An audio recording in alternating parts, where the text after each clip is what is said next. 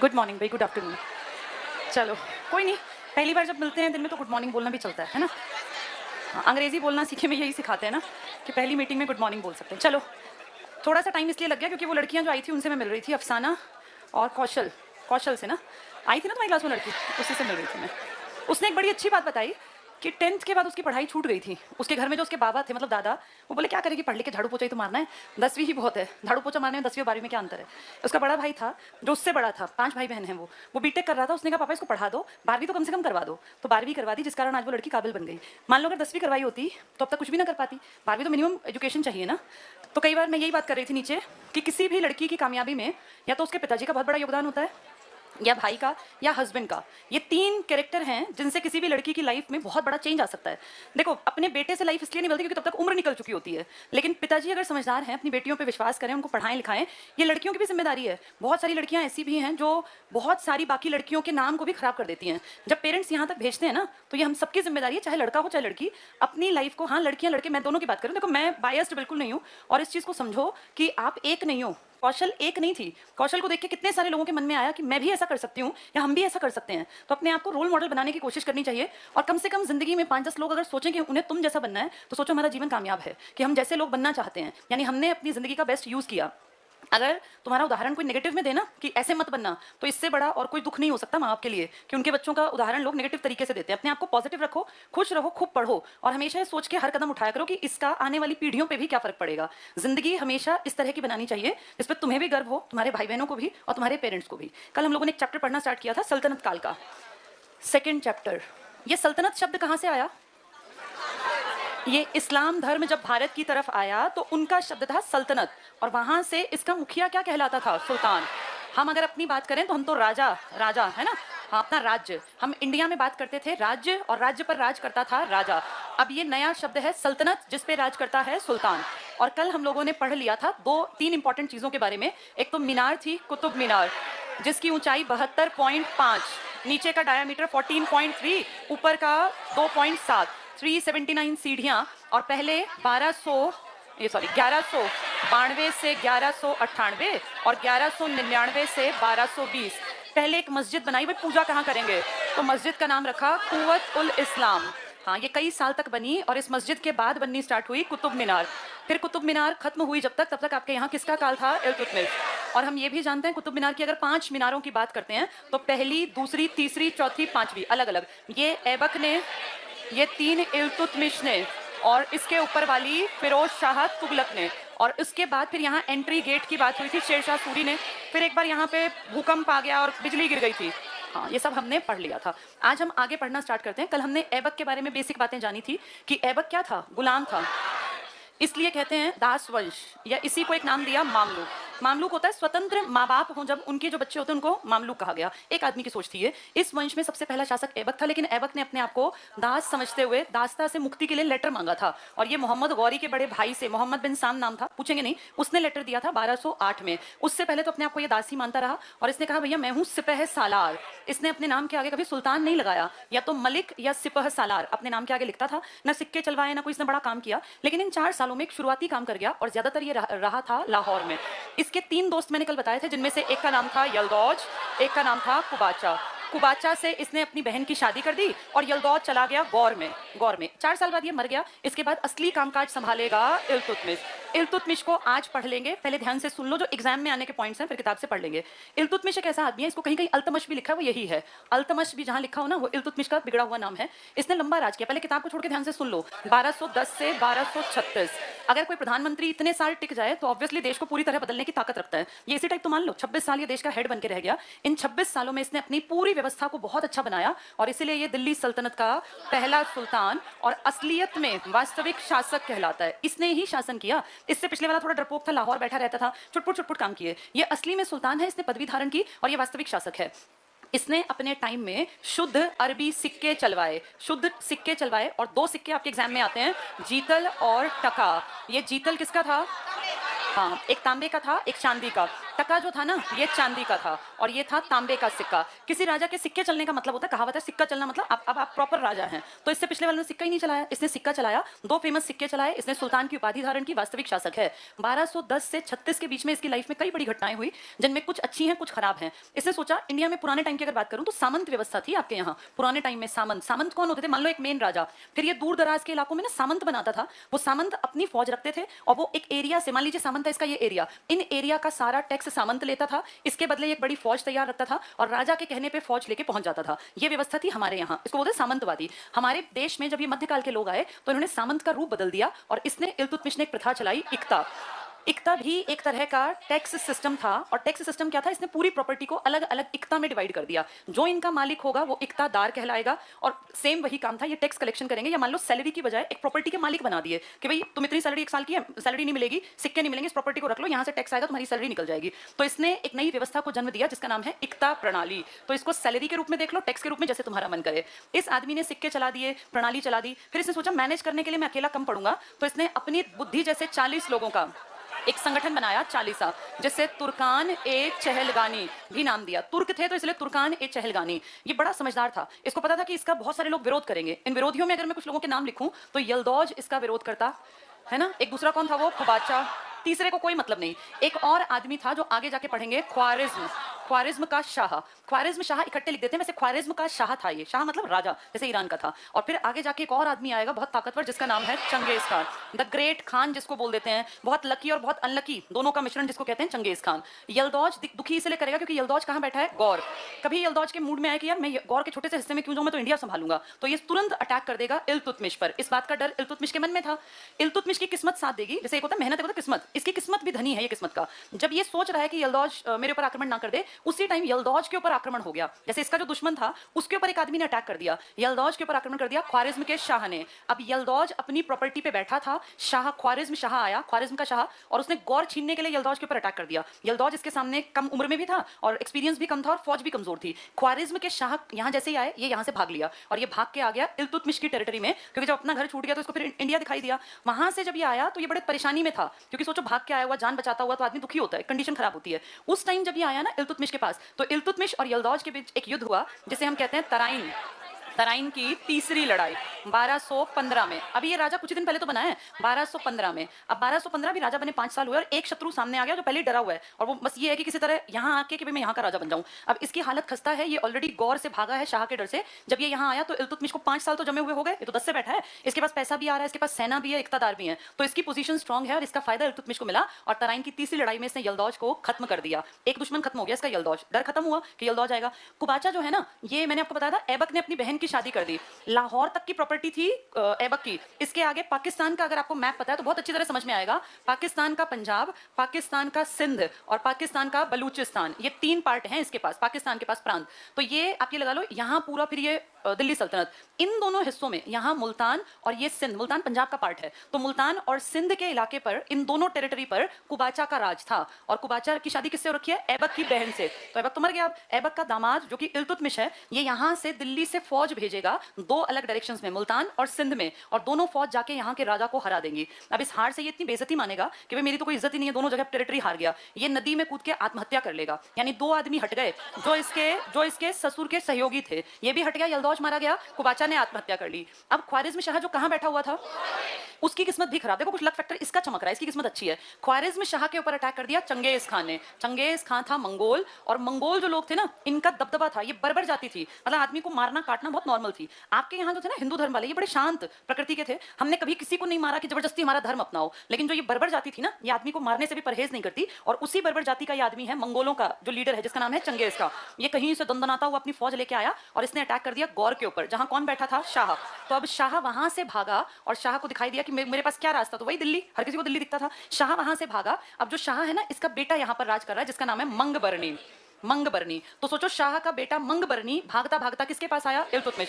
और इसको हाथ जोड़ के कहा मुझे यहाँ शरण दे दो। इल्तुतमिश चालाक था, शरण तो दे देता, लेकिन इसको लगा कि अगर ये वहां से भागा, मतलब इससे ज्यादा ताकतवर कौन है?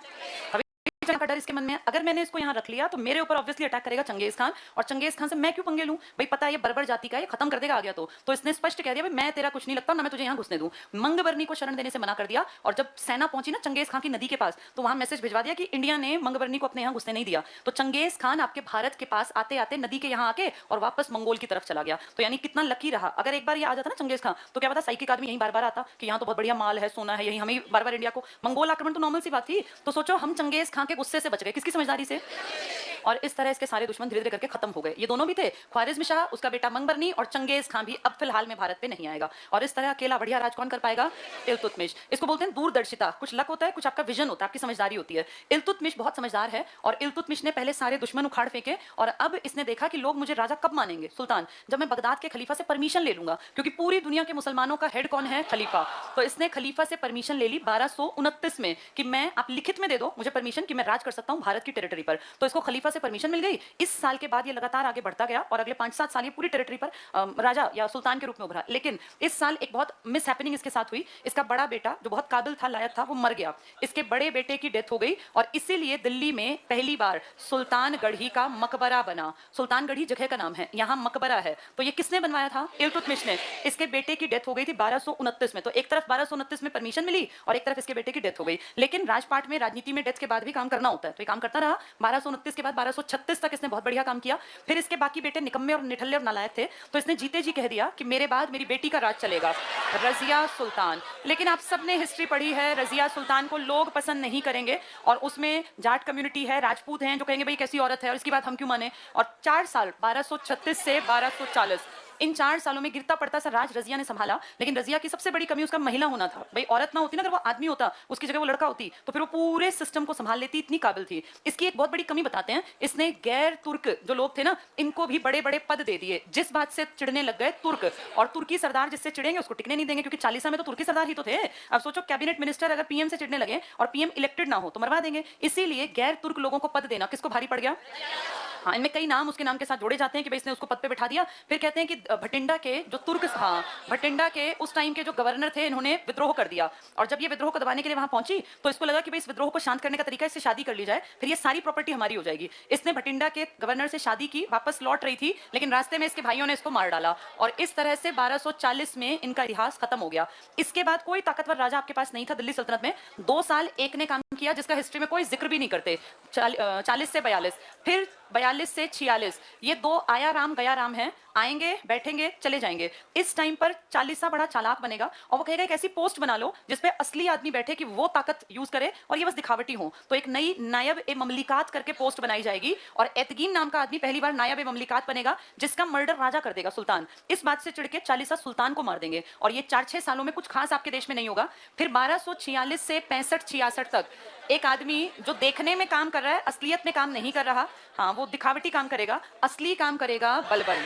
लेकिन बलबन इस टाइम पे नायब ए ममलिकात है, नायब ए ममलिकात, जो सुल्तान के बाद असली पावर थी ना, जैसे आज पीएम की पावर है राष्ट्रपति की नहीं, ऐसे बलबन ने यूज की थी 20 साल, और 20 साल बाद फिर ये खुद सुल्तान बनेगा 1266 से 1286। यानी बलबन 40 साल तक देश में ताकतवर आदमी की कुर्सी पर बैठा रहा, पहले नायब ए ममलिकात बनकर और फिर खुद अपने आप सुल्तान बनकर। लेकिन बलबन की किस्मत खराब थी, बलबन के काबिल लड़के को मार डाला गया। इसके टाइम में मंगोल आक्रमण होते थे, और पाकिस्तान की टेरिटरी पर इसने कई दुर्ग बनवा दिए कि जैसे ही मंगोल आए तो दुर्गों में अपने तैनात होकर सैनिक और सामग्री उनको मारे। लेकिन ऐसे ही एक अटैक के दौरान इसके बेटा जिस दुर्ग में था उस पर मंगोलों ने आक्रमण किया, और इसका जवान बेटा मारा गया, जिसके बाद कहते हैं इसका मन टूट गया और लगभग ये हट गया राजनीति से। फाइनली 1286 में जब इसका खत्म हुआ शासनकाल, इसके 4 साल बाद पूरी दिल्ली सल्तनत का पहला वंश खत्म हो गया। कौन सा वंश था ये, गुलाम। और इसके बाद एक आदिवासी थे, शेड्यूल्ड ट्राइब थे, जंगली टाइप के लोग थे, तुर्की, वो तुर्की आदिवासी। जैसे आज हम कहें आपके देश में सबसे ज्यादा जो पिछड़े हुए लोग मिलेंगे वो एसटी मिलेंगे, है ना, शेड्यूल्ड ट्राइब्स। तो ये मान लो तुर्की के शेड्यूल्ड ट्राइब्स थे, जिनको आप कहते हैं खिलजी, और ये पिछड़े हुए थे। तो तुर्की के जो खलीफा और नीचे वाले अमीर थे ना, ये इनसे चिढ़ते थे, इन खिलजियों से, कि ये कौन से खिलजी है, तो एसटी हैं, शेड्यूल्ड ट्राइब हैं। लेकिन इन लोगों ने क्रांति करके और तुर्की के सरदारों को खत्म करके और अपने आप को राजा बना लिया। तो सोचो एसटी कैटेगरी से बिलोंग करने वाले अगले आपके देश को संभालेंगे अगले 30 सालों तक, जिसको आप क्या कहेंगे, खिलजी वंश। और ये खिलजी वंश खिलजी क्रांति के बाद दिखाई देगा। थोड़ा सा किताब से पढ़ते हैं। अब देखो, कल हम लोगों ने पढ़ा था फर्स्ट सल्तनत काल पे, मैंने लिखवाया था, शायद पढ़ा कुछ नहीं था, है ना, ठीक है, चलो पढ़ो। सल्तनत काल में पहला 1206 से 1526 तक, इतनी लंबी कब तक की कहानी बता दी इन्होंने, पानीपत के पहले युद्ध से पुरानी सारी कहानी सल्तनत काल की। पहला पॉइंट देखो, उत्तरी भारत में तुर्क सत्ता का संस्थापक मोहम्मद गौरी की कोई संतान नहीं थी, बहुत बड़ी संख्या में अपने साथ दास लाया जिन्हें उसने अपने अधिकारियों के रूप में नियुक्त किया, और इसी अधिकार के चक्कर में ऐबक को क्या दे गया, वो लाहौर से लेकर दिल्ली, और इसको क्या दे दिया, कुबाचा को मुल्तान और सिंध, और उसको यलदौज को गौर दे दिया, वही सब। अगला पॉइंट पढ़ लो। 1206 में गौरी की अचानक मृत्यु पर ऐबक ने लाहौर में स्थानीय नागरिकों के अनुरोध पर सत्ता ग्रहण की। ऐबक ने लाहौर में क्यों, क्योंकि यहीं का अधिकारी था ये। नेक्स्ट, 1206 से 90 के मध्य दिल्ली पर गुलाम वंश या मामलूक वंश का शासन रहा। नेक्स्ट पॉइंट भी पढ़ लो। कुतुबुद्दीन ऐबक ने कुतबी राजवंश था ये। इल्तुतमिश ने शमशी, टिक कर लो, ये इल्तुतमिश श से खत्म है ना, शमशी, और बलबन ने बलबनी राजवंश की स्थापना की। तो कुतबी राजवंश किसका है, ऐबक का, इल्तुतमिश का शमसी, और बलबन का बलबनी। नेक्स्ट पढ़ लो बस। इतिहासकार अजीज अहमद ने इन शासकों को दिल्ली के आरंभिक तुर्क शासकों का नाम दिया। दिल्ली के आरंभिक इसलिए क्योंकि इससे पहले जो है वो अटैक करके लूट के धन और भाग गए, वो रुके नहीं, ये शासक थे। इतिहासकार हबीबुल्लाह द्वारा दिए गए मामलूक शब्द, टिक कर लो, इतिहासकार का नाम हबीबुल्लाह जिसने मामलूक शब्द दिया, इसका अर्थ है स्वतंत्र माता पिता से उत्पन्न हुए दास। तो ये दास बन गए, किसके दास थे ये, जितनों के नाम पड़े सब गौरी के दास हैं। अलग अलग वंश चलाएंगे, कोई कुतुबी वंश चलाएगा, कोई शमसी, कोई बलबनी, सारे के सारे गुलाम है, सारे के सारे दास। और मामलूक का मतलब स्वतंत्र माता पिता से उत्पन्न हुई अगली पीढ़ी जो दास हो, उसे मामलूक कहते हैं। कुतुबुद्दीन ऐबक पे आ जाओ, 1206 से 1210। ऐबक भारत में तुर्की राज्य का संस्थापक था। ऐबक संस्थापक था या गौरी संस्थापक था? गौरी ने स्थापना करके कंफर्म नहीं किया कि मैं यहाँ रहूंगा। गौरी का टारगेट था पहले खूब टेरिटरी इकट्ठी कर लूं, फिर मैं अपने आप को राजा बनाऊंगा। जब तक वो ये सब करता तब तक वो मर गया। तो असली राज किसने किया, ऐबक। लेकिन ऐबक ने क्या कहा कि मैं कोई राजा सुल्तान नहीं हूं, मैं तो सिपह सालार मलिक। तो असलियत में किसने कहा कि मेरी प्रॉपर्टी मैं राजा हूं, इल्तुतमिश ने। पर तुर्क शासक था, इसने बहुत बड़ा कोई सुल्तान का पद धारण नहीं किया, लेकिन शासन किया कुछ साल। अगला पॉइंट, सिंहासन पर बैठने पर उसने, अंडरलाइन करना, सुल्तान की उपाधि ग्रहण न कर केवल मलिक और सिपह सालार की पदवियों से ही शासन किया। ये शासक है लेकिन सुल्तान नहीं है। पेपर में आ जाए दिल्ली सल्तनत का पहला सुल्तान कौन था, तो तुम कहोगे, वो कहेंगे पहला शासक कौन था, ऐबक। ऐबक ने सुल्तान का पद धारण नहीं किया, इसलिए सुल्तान पूछे तो इल्तुतमिश टिक करना। नेक्स्ट टिक करना, ऐबक ने नहीं अपने नाम का खुतबा पढ़वाया और नहीं अपने नाम के सिक्के चलवाए। अगली लाइन में टिक कर लो। 1208 में दास्ता से मुक्त हुआ। किससे मुक्ति पाई इसने, गौरी के भाई से। मोहम्मद बिन साम को बोला मुझे लिखित में दे दो कि मैं आपका गुलाम नहीं हूं, 1208 में। 1206 से 1210 तक लाहौर ही ऐबक की राजधानी थी। दिल्ली कम क्यों आता था, कुबाचा और यलदौज का डर था कि कहीं वो सोचेंगे इतनी आगे बढ़ गया अटैक कर दे। इसके बाद अगले पॉइंट में पढ़ लो, मिन्हाजुद्दीन सिराज ने कुतुबुद्दीन ऐबक को एक वीर और उदार हृदय सुल्तान बताया। अंडरलाइन करना, लाखों में दान देने और असीम उदारता के कारण इसे लाख बख्श या लख बख्श भी कहा गया। और बहुत मीठी कुरान के कारण इसका नाम कुरान खान पड़ा। यहीं लिख लो, कुरान खान। बहुत मीठी आवाज में कुरान गाता था क्योंकि 4 साल में बेच दिया था किसी मौलवी के पास जिसने इसको कुरान सिखा दी थी, कुरान खान। एक पॉइंट छोड़ के अगला टिक करना। उसने प्रसिद्ध सूफी संत ख्वाजा कुतुबुद्दीन बख्तियार काकी के नाम पर दिल्ली में कुतुब मीनार की नींव रखी। कुतुब मीनार कब से कब तक बनी है, 1199 से 1220। लिख लो यहाँ, 1199 से 1220। और 92 में जब ये तराइन की लड़ाई जीते थे दूसरी, तब इन्होंने कुव्वत उल इस्लाम मस्जिद, जो इनके द्वारा बनाई गई भारत की पहली मस्जिद है, तुर्की लोगों की बनवाई हुई, ये टिक कर लो। कुतुब मीनार के पास लिख लो 1100 क्या लिखा, 99 से 1220, जिसे इल्तुतमिश ने पूरा करवाया। नेक्स्ट, 1210 में चौगान या पोलो खेलते समय घोड़े से अचानक गिर जाने के कारण उसकी मृत्यु हो गई। नेक्स्ट भी पढ़ लो। कुतुबुद्दीन का उत्तराधिकारी उसका अनुभवहीन और अयोग्य बेटा आराम शाह था, किंतु इल्तुतमिश ने इसे पदस्थ करके सिंहासन पर अधिकार कर लिया। इल्तुतमिश इसका दामाद भी है और इसका गुलाम भी है। नेक्स्ट करना, ऐबक ने साम्राज्य विस्तार से ज्यादा राज्य के सुदृढ़ीकरण पर ध्यान दिया। किसने विस्तार का काम किया, इल्तुतमिश ने। ये पूरी प्रॉपर्टी को बढ़ाएगा। अगले पेज पे आ जाओ। इल्तुतमिश कब से कब तक राज किया, 10 से 36। खलीफा से परमिशन कब ली, 29 में। इसका बेटा भी 29 में मर गया। 15 में कौन आया भाग के अपने एरिया से, कुबाचा नहीं, यलदौज। यलदौज किसके डर से भागा, ख्वारिज्म शाह। ख्वारिज्म शाह पे अटैक हुआ था 1221 में।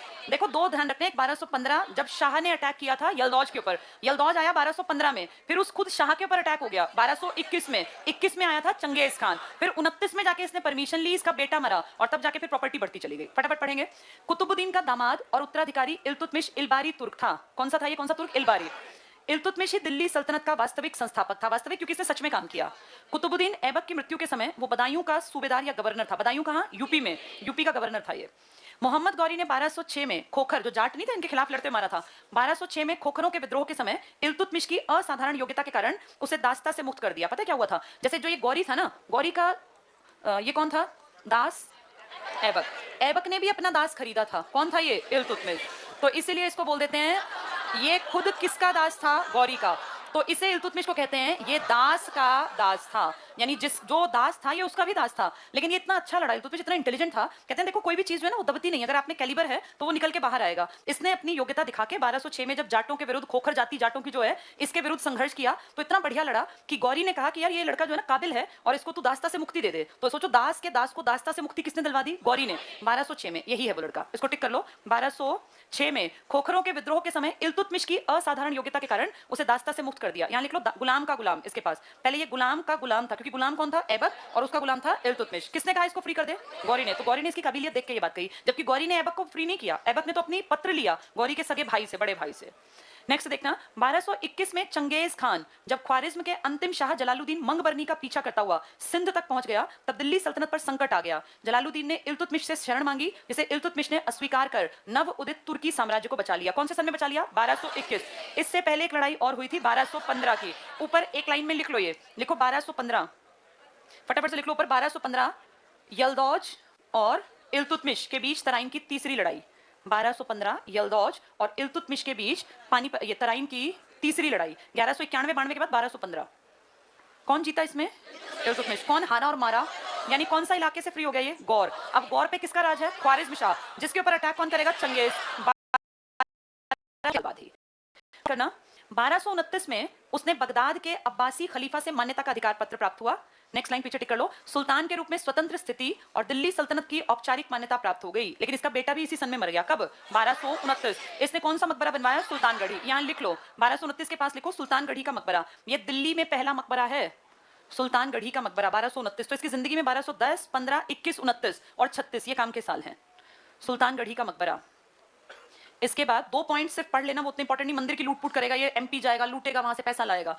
तीसरा पॉइंट टिक करना, 2 पॉइंट छोड़ के पढ़ लो इसको। विरोधी सरदारों को परास्त कर इल्तुतमिश ने अपने वफादार गुलाम अमीरों सरदारों की एक टुकड़ी रखी, जिसे अंडरलाइन कर लो तुर्कान ए चहलगनी या 40 अमीरों का समूह। ये अमीर कौन थे? सारे के सारे तुर्की। इसलिए किससे छिड़ेंगे ये?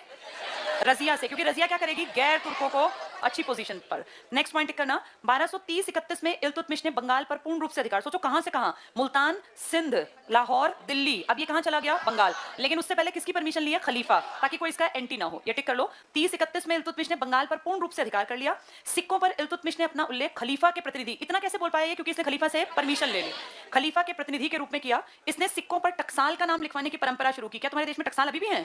कितनी टकसाल है? कहां कहां? नासिक में टकसाल है। नासिक में नोट छपते हैं, नोट अलग होते हैं, टकसाल अलग। इंडिया में कितनी मिंट हैं? कहां कहां? कलकत्ता के अलीपोर में। ये सबसे ओल्डेस्ट भी है और सबसे लार्जेस्ट भी है। यहाँ मुर्शिदाबाद याद है तुम्हें? एक लड़ाई के टाइम की बात थी, तब भी सिक्के छपते थे। आज तक भारत सरकार ने ये इसी जगह अलीपुर में छपते हैं, यहाँ बनते हैं सिक्के। दूसरी कौन सी है? मुंबई में। और तीसरी कौन सी है? हैदराबाद में 2 हैं, 2 मिल हैं हैदराबाद में, मिंट। दोनों के नाम लिख लो, ये ऐसे ये नहीं देखना बोर्ड, फटाफट से लिख लो। 4 मिंट है गवर्नमेंट ऑफ इंडिया की। पहली लिखो कलकत्ता। मिंट मतलब टकसाल, जहां सिक्के बनते हैं, नोट नहीं छपते। नोट की प्रिंटिंग प्रेस अलग होती है, टकसाल में सिक्के ढाले जाते हैं। कौन इसकी देखरेख करती है? Government of India. आरबीआई इसके ऊपर नजर रखता है, भाई कितने सिक्के क्या बन रहे हैं। कलकत्ता के अलीपुर में है। साउथ वाले के नाम थोड़े टेढ़े मेढ़े से हैं, वो लिख लो। पहले कलकत्ता लिख लिया तुमने? कलकत्ता में क्या लिखा तुमने? ओल्डेस्ट और लार्जेस्ट है, ठीक है, अलीपुर। और मुंबई महाराष्ट्र ये हो ही गया। एक मैंने लिखवाया तुम्हें हैदराबाद। हैदराबाद के दोनों नाम लिखो, एक का नाम है सैफाबाद, हैदराबाद वाले में एक है सैफाबाद, और एक और का नाम थोड़ा अजीब सा है, चेरलापल्ली। चेरलापल्ली, यहाँ सिक्के बनते हैं, चेरलापल्ली, ठीक है। और एक ये 3 शहरों में है। हैदराबाद की 2 को हम एक मानते हैं, एक नोएडा में है यूपी में, चौथी नोएडा, नोएडा यूपी में। तो इसका मतलब महाराष्ट्र, पश्चिम बंगाल या कलकत्ता कह लो, यूपी, नोएडा और 2 हैदराबाद में, ठीक है। चलो बाकी कल पढ़ लेंगे।